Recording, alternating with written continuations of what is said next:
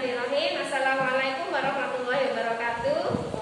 Waalaikumsalam warahmatullahi wabarakatuh. Oke, terima kasih teman-teman atas kesediaannya hari ini untuk berkumpul di kelas 7B hari ini untuk acara sosialisasi filosofi pendidikan Gajah Dewantara. Terima kasih kerawannya Pak Gigi dan juga teman-teman semua. Langsung saja karena ini waktunya sudah sore, siang menjelang sore, kita langsung saja. Oke, apa sih sebenarnya filosofi pendidikan Gajah Dewantara itu? Sebenarnya kalau dilajari sepertinya ini sudah kita lakukan ya. Jadi pada intinya sebenarnya filosofi pendidikan yang sesuai dengan Gajah Dewantara itu meletakkan siswa pada posisi bahasanya sampai menghamba pada siswa. Oke. Selanjutnya apa nih? Nah, ini wajah saya.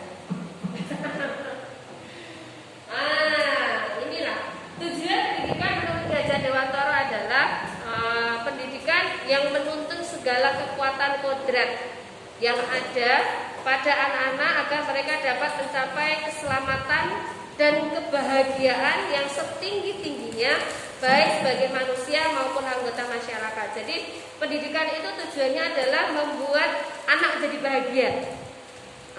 Yang kedua adalah kita menuntut pada kodratnya. Kodratnya itu dibagi menjadi dua macam, yaitu kodrat alam dan kodrat zaman. Apakah itu kodrat alam? Kodrat alam itu adalah bakat dan juga potensi yang dimiliki anak. Sedangkan kodrat zaman itu adalah yang berkaitan dengan teknologi atau zaman atau saat ini. Kalau diibaratkan dari yang saya baca itu, pendidikan itu ibaratnya adalah sebuah matahari yang dikelilingi oleh planet-planet.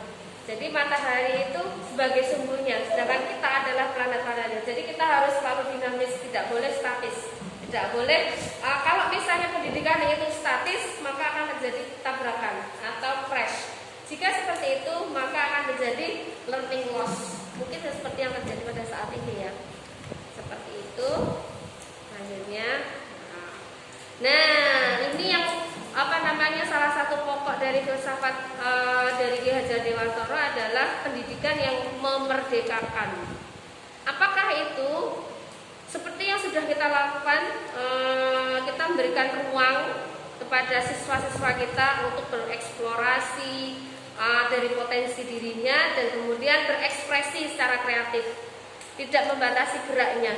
Kita guru, kalau bahasanya dalam filsafat ini adalah guru ini adalah petani dan siswa adalah benihnya.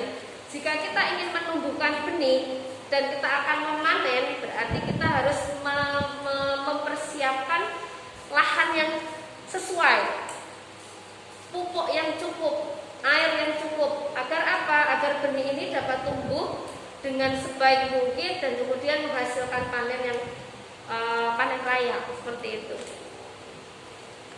Selanjutnya, nih kembali lagi, menuntut segala kodrat yang ada pada anak-anak agar mereka dapat mencapai keselamatan dan kebahagiaan. Seperti tadi ya.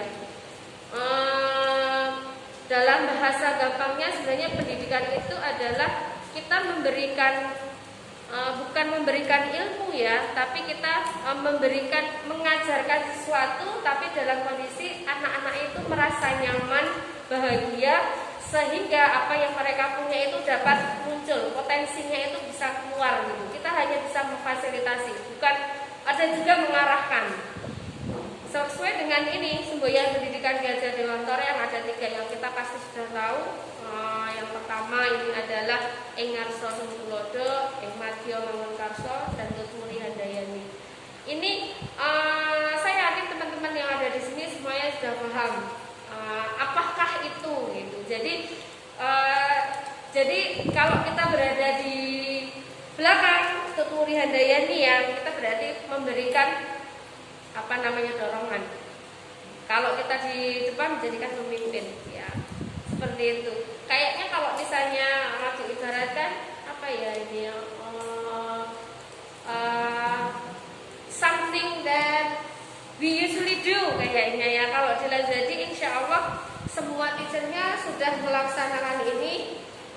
Kalau misalnya ada anak yang punya potensi, pasti kita dorong, kita kasih fasilitas, kita berikan ruang untuk dia bisa semakin terasah potensinya. Seperti itu. Oke, kemudian ini ada sistem among. Apakah itu? Pendidik atau guru sesuai dengan filsafat pendidikan Ki Hajar Dewantara adalah pamong. Pamong yang memberikan tuntunan agar anak dapat menemukan kemerdekaannya dalam belajar. Guru sebagai fasilitator yang menuntun proses pengembangan bakat atau potensi anak agar menjadi terarah. Peran guru sebagai pamong tercermin dalam semboyan pendidikan Ki Hajar Dewantara tadi ya. Ing ngasor Tulodo, ing Madya Mamakaso, Kemurihan Bayani. Ini yang salah satu kalimat yang disampaikan Ki Hajar Dewantara mengenai pendidikan. Pendidikan adalah tempat persemaian benih-benih kebudayaan dalam masyarakat. Pendidikan dan kebudayaan harus berjalan beriringan untuk mencapai peradaban bangsa. Jadi kalau misalnya saat ini kita mengalami learning loss atau pendidikan yang kita kehilangan masa-masa anak-anak untuk mendapatkan hak pembelajarannya, itu nanti peradaban kita juga akan terhambat. Semakin pendidikan itu akan maju, maka peradaban itu akan semakin maju.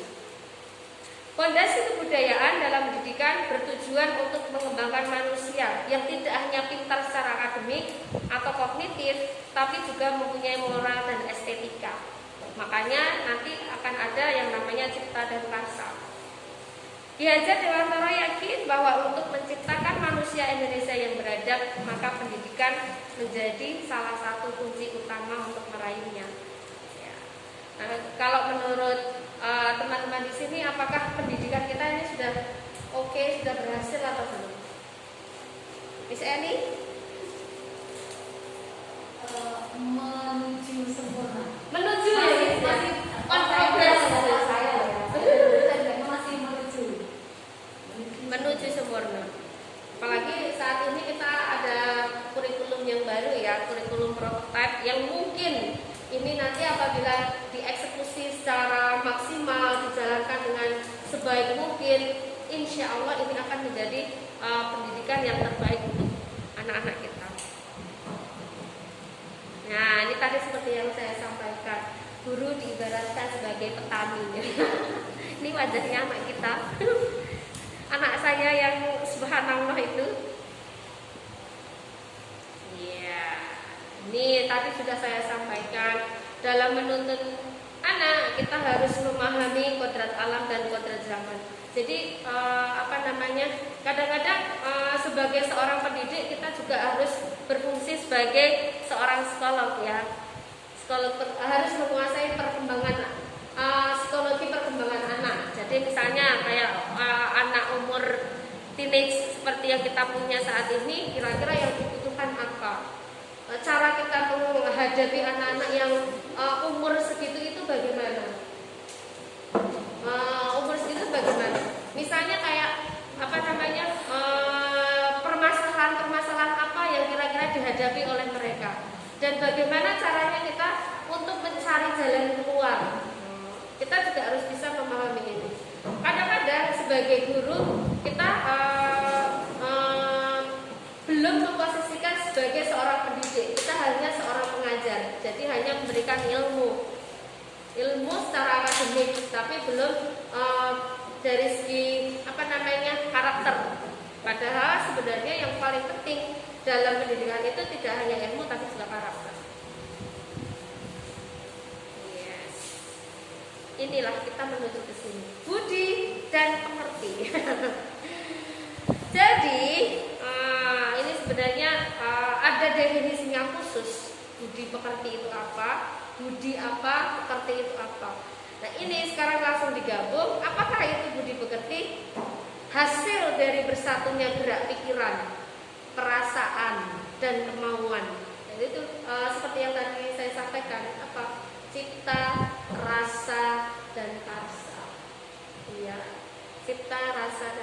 sehingga menimbulkan pekerti, menimbulkan tenaga atau keinginan untuk melakukan sesuatu.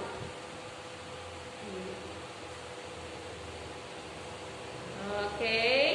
Nah, ini lagi yang sering didengung-dengungkan saat ini, hal yang berkaitan dengan merdeka belajar. Kalau menurut Pak Dika, merdeka belajar apa Pak Dika? Oke, mungkin Miss Dita. Merdeka belajar menurut Miss Dita apa?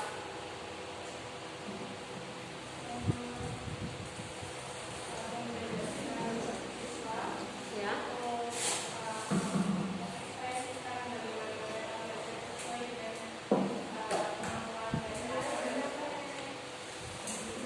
Ya, betul sekali. Jadi memang merdeka belajar itu namanya, karena seperti yang tadi disampaikan, yang namanya tujuan pendidikan itu adalah untuk mendapatkan siswa-siswa kita itu merdeka secara mendapatkan kebahagiaan yang tinggi-tingginya. Nah, jadi kalau menurut Miss Laras, kalau untuk misalnya anak-anak itu bahagia jika Apa yang mereka rasakan bereksplor gitu. Mereka inginkan. ya mereka inginkan bisa terpenuhi, ya bisa terpenuhi. Jadi makanya ini tadi sesuai dengan kodratnya. Kodrat itu sebenarnya kodrat alam itu bisa diartikan sebagai apa yang dia punya sejak dia lahir. Apa sih yang dipunya anak sejak lahir? Apa Miss Endi? Miss Endi lagi. Apa yang dipunya anak sejak lahir? Rasa. Oke. Pikiran. Ya. Minat, betul. Betul sekali Pak Awet. Pak Awet, saya mau tanya, apakah anak itu, bakat anak itu sudah ada sejak dia lahir, ataukah bakat itu bisa diciptakan? Kalau bakat sejak lahir sudah ada, Ya. tapi tinggal kita biasanya dari minatnya anak tersebut itu bisa terfasilitasi tidak sih di sekolah itu, atau bagaimana memantik anak itu untuk aku ini sebenarnya di sini loh, senengku di sini loh, jadi dia bisa berkembang dengan baik. Nah, kadang anak-anak itu kalau sekolahnya tidak memfasilitasi dia hanya akan diam dan dia tidak akan bisa berkembang. Oke, jadi memang setiap anak, menurut Pak Awet, setiap anak itu punya bakat masing-masing. Cuman itu bakat itu harus kita pantik seperti itu ya Pak ya. Nah, hubungannya dengan merdeka belajar apa? Pak Dika? Pak Awet?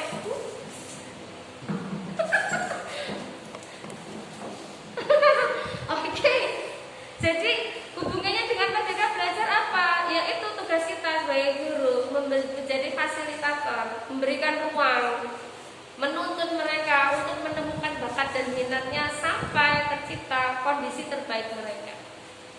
Seperti itu. Ya. Nah, ini Pak Awid yang tadi disampaikan Pak Awid itu sudah betul sekali. Apakah tahapan merdeka belajar? Yang pertama adalah kita wajib membangun ekosistem. Ekosistem yang seperti apa? Sesuai dengan kodrat zaman. Zaman yang seperti apa? Karena sekarang zamannya milenial ya. Bahkan lebih zilenial, bahkan sudah lebih dari 4.0 ya Pak ya. Lebih dari itu. Jadi kita juga harus mempersiapkan anak-anak kita dengan kemampuan kecakapan yang untuk mengikuti perkembangan zaman tersebut. Kalau dulu kita belajarnya menggunakan papan tulis, sekarang sudah menggunakan Google Classroom. Kalau dulu kita menerangkan dengan spidol dan kapur, sekarang sudah lebih maju lagi, pakainya pen tablet, ya Pak Dika ya. Jadi kita harus bisa membekali anak-anak kita dengan kemampuan teknologi. Yang kedua, seperti yang selalu kita lakukan, kolaborasi dengan lintas pihak. Kita berkolaborasi dengan, yang pertama adalah kolaborasi dengan siswa siswa-siswa kita, antar siswa, kemudian kolaborasi antara siswa dengan guru, setelah itu kolaborasi dengan pihak luar. Agar kita bisa memberikan fasilitas yang terbaik untuk siswa-siswa kita, kita harus mencari link.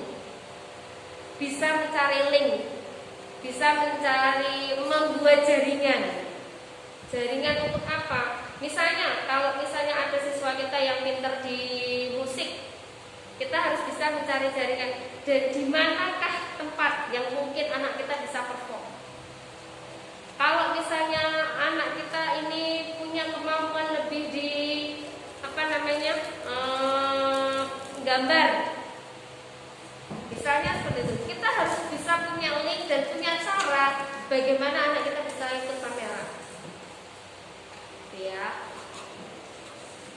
Kemudian yang selanjutnya adalah penggunaan data dan inovasi teknologi sebagai acuan kebijakan dan pola pembelajaran. Ini Pak Gigi banget. Selalu berinovasi dan juga misuul. Kurikulumnya selalu bergerak cepat, tanggap dalam segala situasi dan kondisi. Mau PJJ, ayo. Mau PTM, ayo. Mau belajar, ayo. Semuanya kita jalan. Jadi semua apapun yang terjadi yang akan kita hadapi, kita siap. Itu adalah salah satu ciri-ciri atau tahapan dari Merdeka Belajar. Yang selanjutnya adalah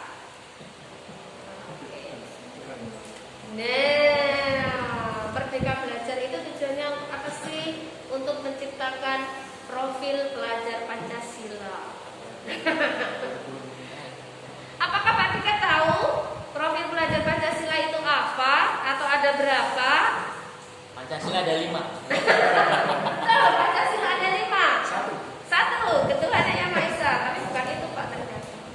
Ternyata profil pelajar Pancasila itu tujuan dari pendidikan kita, tujuan dari Merdeka Belajar itu adalah menciptakan profil pelajar Pancasila yang seperti apa? Yang pertama, beriman, bertakwa pada Tuhan Yang Maha Esa. Berarti dia berkarakter. Kita look back ya ke sekolah kita. Kita sudah ini kayaknya. Kita sudah ada sholat duha, ada reciting, ada pembinaan budi pekerti, terus kita juga ada counseling, itu juga masuk di sini. Nah, kemudian yang paling menonjol menurut saya di Lazadi itu adalah berkebinekaan global. Senang dong. Apa itu berkebinekaan global? Lazadi adalah sekolah inklusi, itu yang pertama. Jadi sekolah kita tidak membuat standar siswa masuk itu harus seperti ini, harus seperti itu. Semua anak bisa masuk di Lazadi. Yang penting bisa melalui, yang penting adalah melalui observasi, dan yang kedua adalah kuotanya masih. Itu ya Pak Gede ya.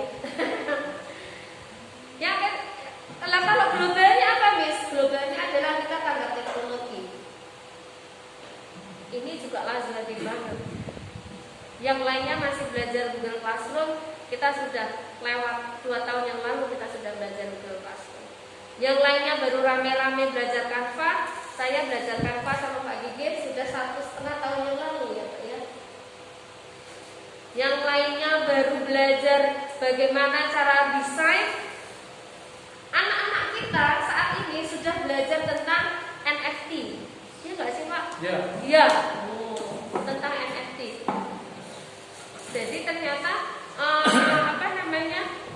insya Allah kalau memang sesuai dengan kodrat zaman, insya Allah kita sedang berusaha semaksimal mungkin untuk mempersiapkan anak-anak kita untuk bisa melalui zaman yang unpredictable saat ini ya. Kemajuan teknologinya subhanallah sangat cepat sekali. Kemudian yang ketiga adalah kita akan menciptakan anak-anak kita yang sangat ringan tangan, mau bergotong royong dan siap berkolaborasi. Kreatif pasti, kalau anak Lazadi pasti kreatif. Lihat kertas diwel-wel bisa jadi bola. Lihat cikrak yang sudah tidak terpakai bisa jadi stick, jadi alat mainan. Itulah wazadi. Kemudian bernalar kritis. Apa ini bernalar kritis? Jadi anak-anak punya kemampuan untuk bisa berekspresi, punya keberanian dan percaya diri untuk mengekspresikan apa yang ada di pikiran mereka. Bisa bebas untuk beropini sepanjang apa yang mereka katakan itu sesuai dengan tata cara yang sopan. Ya, dan yang terakhir adalah mandiri. Mandiri artinya mereka bisa menentukan.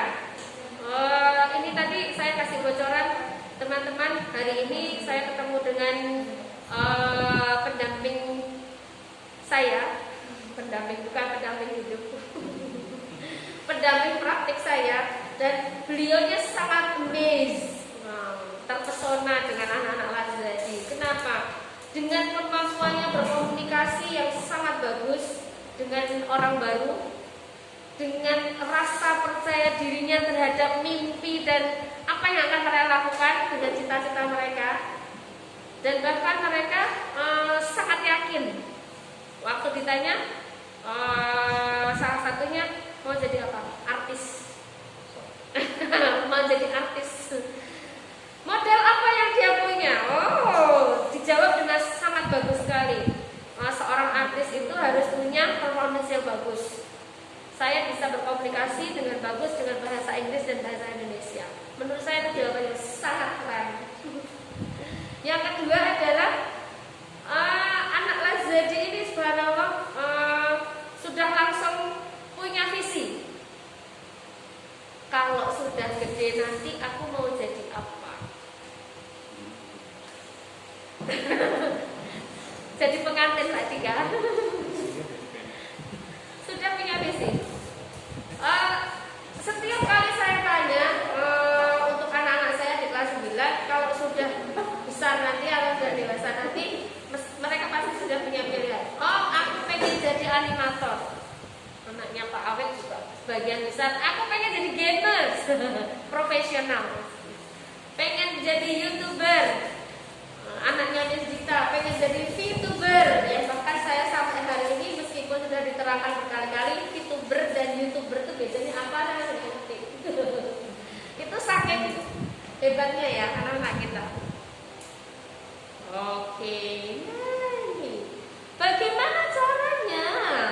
Bagaimana cara kita menerapkan bagaimana cara kita agar kita bisa mendapatkan siswa kita sesuai dengan apa yang kita mau? Maksudnya sesuai dengan profil pelajar Pancasila. How? Ini ada istilah baru, inquiry apresiatif. Ini istilah baru. Ada yang pernah dengar? Miss Eri pernah dengar Miss Eri? Bagaimana caranya inquiry apresiatif? Dengan cara inquiry apresiatif. Belum tahu, belum pernah ya Miss Eri ya? Pak Dika udah pernah Pak? Memberikan apresiasi kepada siswa. Bisa berikan apresiasi kepada siswa. Pak Awit, you know it? Enggak. Pak Gigi sudah kayaknya. Pak Gigi sudah dong. Pak Gigi itu lebih bergerak daripada saya. Apakah inquiry apresiatif itu? Jadi inquiry apresiatif itu atau biasanya kalau disingkat IA merupakan strategi perubahan kolaboratif yang berbasis kekuatan. Apa sih itu maksudnya? Kok masih belum jelas sampai saya? Iya memang. Jadi ini adalah inquiry apresiatif adalah sebuah strategi yang akan kita lakukan, yang akan sekolah lakukan untuk melakukan perubahan agar kita bisa mendapatkan profil pelajar Pancasila. Tapi strategi ini tidak bisa kita lakukan secara individual. Makanya kita perlu namanya kolaborasi. Apa yang dikolaborasikan? Kekuatan. Kekuatan apa? Kekuatan dari setiap individu yang ada di dalam atau stakeholder yang ada di dalam sekolah.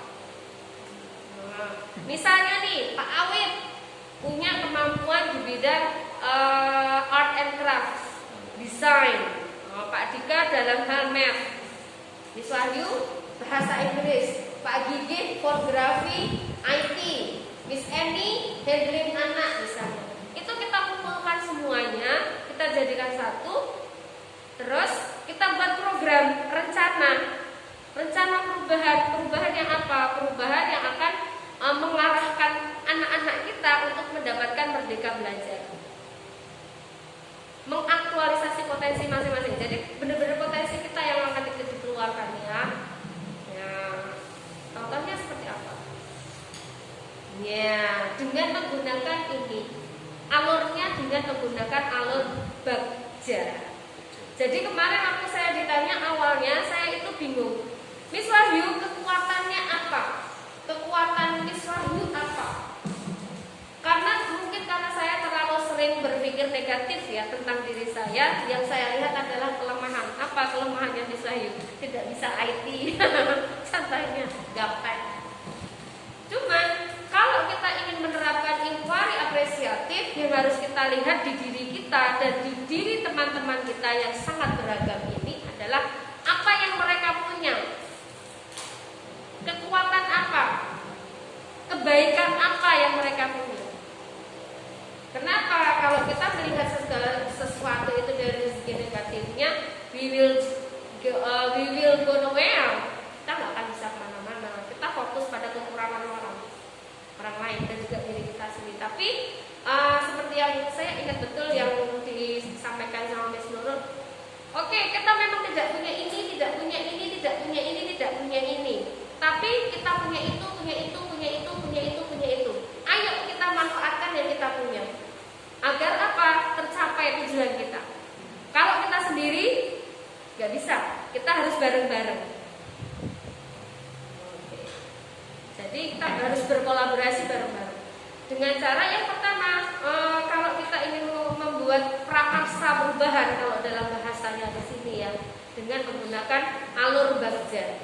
Bagja itu apa sih? Bagja itu sebenarnya singkatan. B. Buat pertanyaan. Pertanyaan apa? Apa yang dibutuhkan sekolahku? Apa yang dibutuhkan siswaku? Misalnya. Apa yang dibutuhkan teman-teman guruku? Kemudian habis itu ambil pelajaran. Biasanya buat pertanyaannya ini kita bisa bikin kuesioner, terus ambil pelajaran. Oh, ternyata pelajaran Inggris itu kurang menyenangkan ya istilahnya. Terus kita ambil pembelajaran. Oh, biar bisa menyenangkan harus dengan cara apa aku mengubahnya, atau harus diubah dengan cara bagaimana. Kemudian gali impiannya. Apanya? Misalnya aku pengen nanti pelajaran bahasa Inggris di kelasku itu anak-anak happy, anak-anak senang, kita bisa bermain, tapi juga anak-anak bisa dapatkan ilmu, materinya tersampaikan. Itu impiannya. Nah, kalau sudah dapat impiannya, terus kita bikin penjabaran dari rencana. Kalau pengen tujuannya itu, apa yang harus saya lakukan? Apa yang harus kita lakukan? Satu, misalnya kita koordinasi dengan bagian ini siapa? Atau misalnya kalau saya karena mungkin kurang di bagian IT ya, saya ketemu sama guru IT-nya. Terus habis itu dilingkar.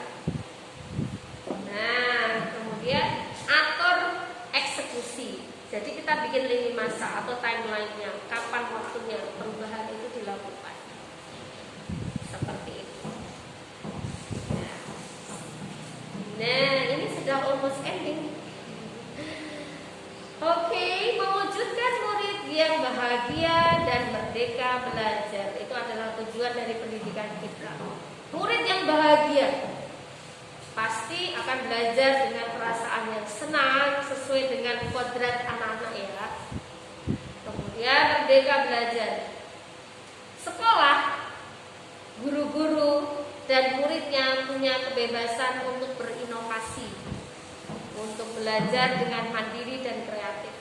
Jadi kesimpulannya adalah murid yang memiliki kebebasan untuk melakukan inovasi, mengembangkan potensi yang dimiliki, akan belajar dengan mandiri dan kreatif serta menyenangkan. dan itu akan menjadi tujuan kita di Lazar. Insya Allah seperti itu. Okay, I'll give you the challenge. Be the agent of change, menjadi agen perubahan. Kalau sudah bagus, ya harus lebih bagus lagi. Ya bisa dia. Yeah.